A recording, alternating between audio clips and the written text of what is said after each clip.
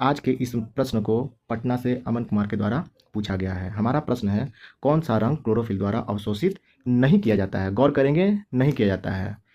नीला, लाल, हरा, पीला।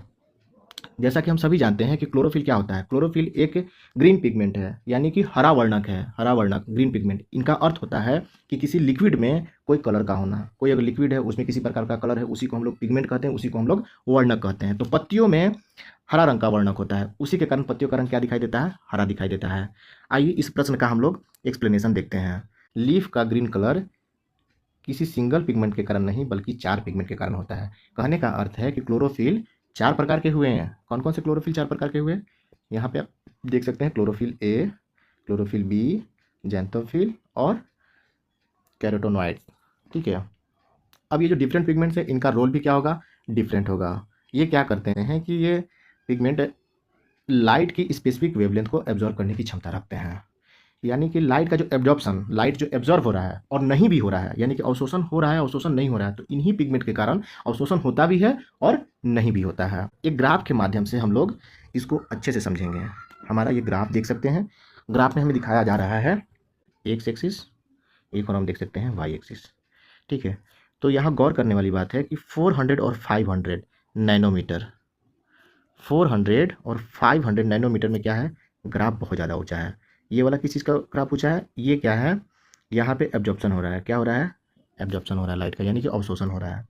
यहाँ पे प्रकाश जो है, जिसका वेवलेंथ 400 से 500 नैनोमीटर के बीच में है, वो सबसे ज़्यादा अवशोषित किए जा रहे हैं। किसके द्वारा? तो क्लोरोफिल के द्वारा। 400 से 500 के बीच में जो भी प्रकाश है, जो भी वेवलेंथ वाले लाइट हैं, उनका सबसे ज़्यादा एब्जॉर्प्शन हो रहा है। उसके बाद हम देख सकते हैं कि जो 600 से 700 वाले हैं, उनका एब्जॉर्प्शन हो रहा है।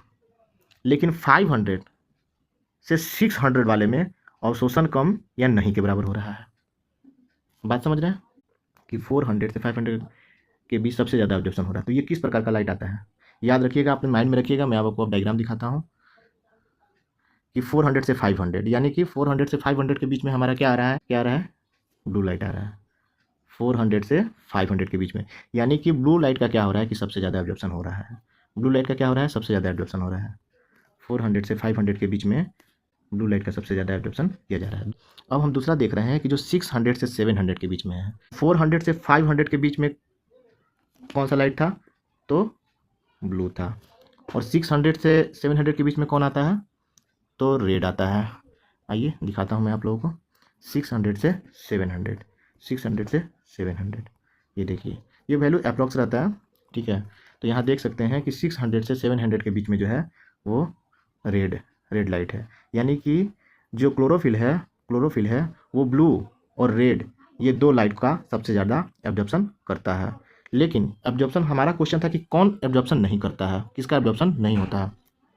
जो 500 से 600 के बीच में है, उसका एब्जॉर्प्शन नहीं होता है। जो 500 से 600 के बीच में है, उसका एब्जॉर्प्शन नहीं के बराबर होता है। तो 500 से 600 के बीच में हम देख रहे हैं कि यहाँ ग्रीन कलर जो है, ये सबसे ज़्यादा 500 से 600 के बीच का वैल्यू है। ये हमारा रहा ग्रीन कलर, और यही वैल्यू जो है ये दिखा रहा है हमें कि ये इसका एब्जॉर्प्शन नहीं होता है। फिर ए, ये लाइट को क्या कर रहा है? ट्रैप कर रहा है। और बाकी के जो क्लोरोफिल थे, वो भी लाइट को क्या कर रहे हैं? एब्जॉर्ब करते हैं। लेकिन वो क्या करते हैं? एब्जॉर्ब एनर्जी को बाकी के जो क्लोरोफिल थे, वो क्लोरोफिल ए को ट्रांसफ़र कर देते हैं।